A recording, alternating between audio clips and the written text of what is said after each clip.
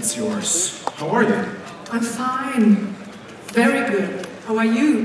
Not bad at all. How are you? How are you? Extremely good, extremely good. So how did it go today? Amazing. I was waiting for this moment so long, and when you're preparing for the show, there comes a time when you're like, you know, it's time to really rock the stage, and I'm so happy. Yeah. The stage is amazing, the sound is amazing, everything is just amazing. Yeah. Everybody here has probably explained how your song is, what it means, and everything, you know, in their blogs, newspapers, whatever. How would you describe your song in a point from you, personally?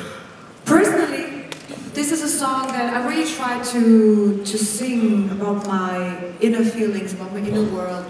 I thought about writing a song about the whole situation in Europe, for example, now, or what people really need, and you know, but in the end of the day, every problem that we have, every sickness that we have,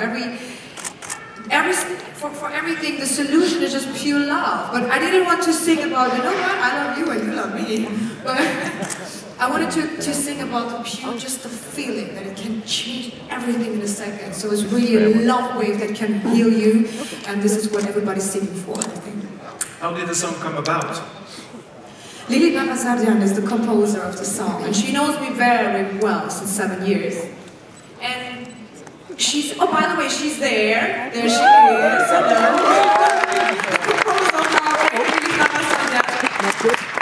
Besides being a professional composer, she's one of my best friends, and she knows me so well. So I think it really, I believe that everything happens to the perfect time in life. And I think it was about time that this year comes together like that, because she wrote this song especially for me. For example, sorry? Tailor-made for you. Yeah, yes, yeah. And a lot of people even try to sing the song, but they said it's kind of difficult, they cannot sing it, but she knows the color of my voice, she knows what I can do, she knows the strength that I have, so it's really like tailored on me. Yeah. Perfect. Do you have any questions from the audience? Feel free, stand up. Why not? You start with the others there. Do we have a microphone? There we are, just behind you. And you have a microphone in a second. Hi. My question is about the award that you received in 2012. I think it was Sexiest Armenian from a newspaper. Star magazine, yeah. That's it. How did you feel getting an award for your appearance rather than for your music as a musician? It's actually a very good question, because I think, of course, it's really schmeichelhaft. How do you say it in English? Flattering. Flattering, yeah. It's really flattering to get a compliment like that. But and I'm really, really thankful for that. But of course, there were certain times when I was like, okay, but did you hear the song that I was singing and not just staring at my legs?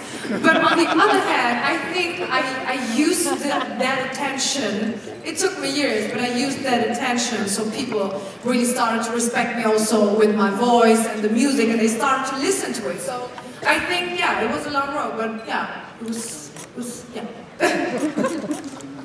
Thank you. Gentleman in the back, in the blue and black.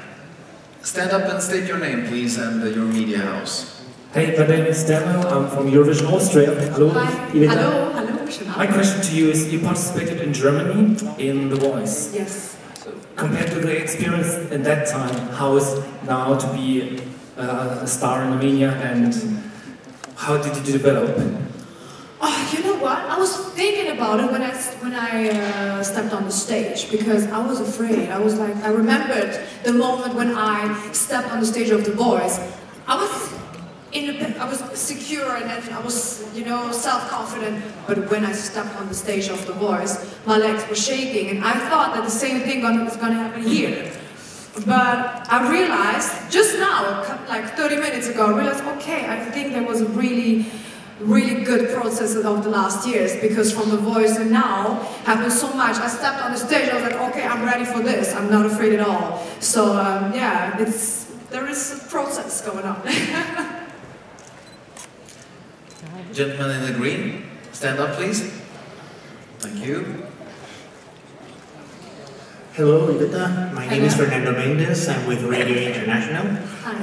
Well, I have read in your biography that before you step on stage, you like to meditate with your crystals. Yes. May I ask you, which crystals are these? What are their properties and how do they help you? To be honest, I'm not that good in the names because, as you know, the crystals have really strange Latin names. But there is one crystal for strength. There is one for creativity, that opens up your creativity.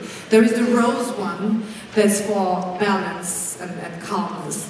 So I actually have lots of crystals and I change them all the time. And to be honest, I forgot to take my crystals with me. So to Armenia, when I went to Armenia, Germany. So I found a bunch of beautiful natural crystals that are really taken out of the mountains in Armenia. And I didn't have time to analyze them, but they're with me, and yeah, I think they give me lots of strength. Yes, please. Have a microphone there. Hi guys, it's Danny from ESCKAZ.com. First of all, I want to congratulate you on a fantastic rehearsal. It gave me goosebumps today. I thought it was amazing. My question is around your voice. You have such a strong, powerful voice, and for every run through today, you gave it 110%. How do you take care of your voice and make sure that when you do give your performances, that you do it to the best of your ability? Well, you know, of course there are some vocal rehearsals that I do sit-ups every day, like special ones to, you know, strengthen up the muscles and everything. But I learned one thing: everything is going on here. My vocal teachers always told me you're not allowed to drink coffee, you're not allowed to eat fruits with Säure, and you're not allowed to drink, you're not allowed to smoke. And you know, when you have these things, you know, they tell you you're not allowed to do this, then your body is really reacting strange to these things when you do it, you know. So there was a day when I said, you know what, fuck it all, I'm doing whatever I want. And you see, do whatever I want. The only thing that I really take care of, I try to sleep really good, because that's the really most effective medicine. Thank you.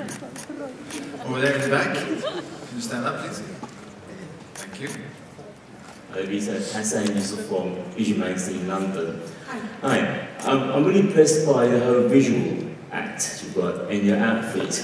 With the swimsuit and the cape, you look very much like a superhero. And you look quite powerful on stage. How did all that come apart? Thank you very much, but I have to tell you, I'm not opening up the, you know, all the secrets, but don't get so secure that this is really my final stage costume. Maybe this was just a little gimmick for the rehearsal, so I'm not, yeah, thank you very much, but yeah, just so wait and see. We'll wait and see, definitely, definitely. So how has the month up to Eurovision been for you? What have you been doing?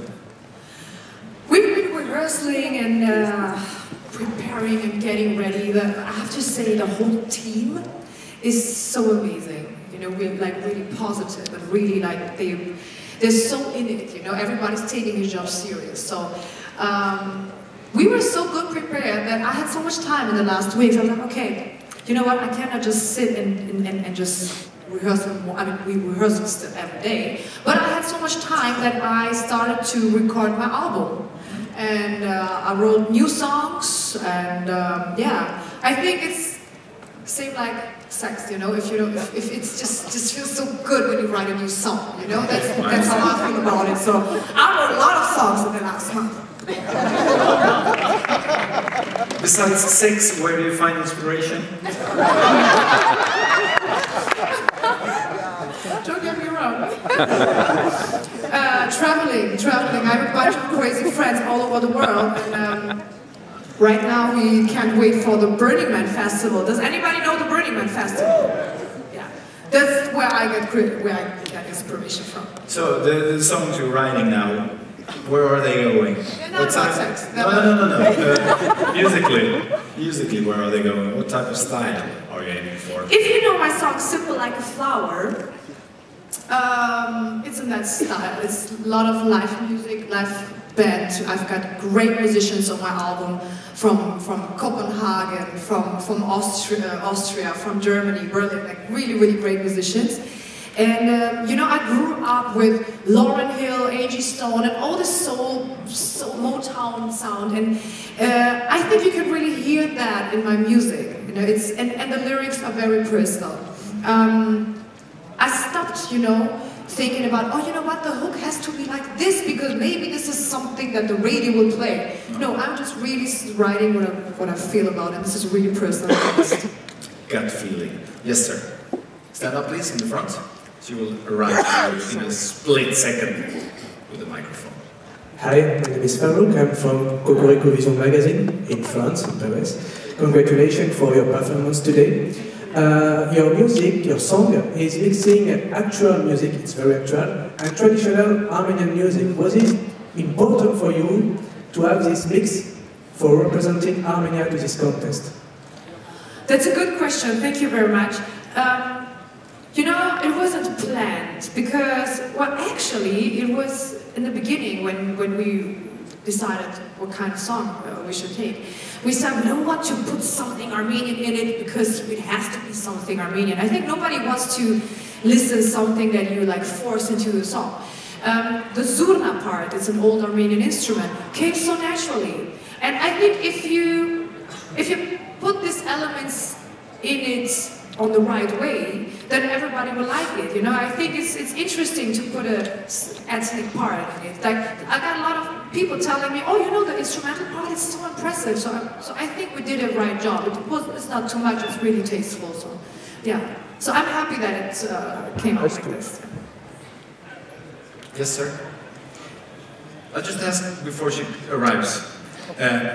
If we can ask the audience here, it's always debatable if you want an ethnic style in the song representing your country or not. What do you think as an audience? Should there always be something from that country in a song? See how many hands I can see for that decision. Or is it open to do whatever you want? It's 50-50 maybe. Yeah. Good. There we go. It's always a discussion. Shall the song sound like that? Okay, I'm sorry. Hi, it's Martijn van der Veen from the Netherlands. Hi. Well, you lived a long time in Germany, that's why so many German people are here. I was thinking, what brought you back to Armenia? In 2009, I decided to come back to Armenia because I wanted to build a bridge for my parents, actually. Because my parents, they lived their whole life in Armenia. They just came to Germany. It happened like that to give us a better future. To me and my sisters were actually also in the audience. My sister's there, Mariana. She just heard from India. She's living in India. So I wanted to build a bridge because my parents, I felt that they're not feeling home in Germany. They left their home to give their kids a better future. And I know that my parents would never go back to Armenia before we like getting married and, you know, like organized our lives. So I thought, okay, if I start to study in Armenia, maybe my parents, maybe we'll like build a bridge and my parents come back to Armenia. And besides that, I never had Armenian friends in Germany. I just had like international friends, but Armenia was for me just at home. And I wanted to know where I'm coming from. It was so interesting for me. And yeah, so I went there and I stayed there for 6 years. And until now, I just go back and forth to Germany and Armenia. In the blue, at the back, please stand up. And we'll have a microphone in a second. Hi, Brian Joseph, ESCKAZ.com. Firstly, the staging for your performance of Love Wave, was that being considered while you were in the composition stages of Love Wave? Especially during the first minute of your song, because there's a lot of influences within it that seems to be that it was being considered way before during the composition. You mean if that's like happens spontaneous? Yes. Or... No. Everything is well planned by Sasha Jean-Baptiste, sitting here. I'm so happy that she's responsible for the staging. And the good thing is that Sasha, I think she totally sees me and knows, and she just got the whole picture. And she didn't think about it just today. she is everything well planned, and I'm really, really thankful. To be honest, I saw the show the first time today, but I'm really, really thankful and happy because now I see, okay, everything makes sense, everything comes together, and yeah, so. How was it interviewing or watching yourself like that on the stage? Oh my god, it's always strange to watch myself. I'm like, oh, my hair, my makeup, oh, you know, but no, it was really, really interesting. It was really interesting. It was strange but interesting. But you know, the staging was just so, I don't know, I really, really like it. And, powerful. It's really powerful, yeah. It underlines the song and myself, and yeah, felt very great to see that. So, ladies and gentlemen, give her a love wave again and thank her very much.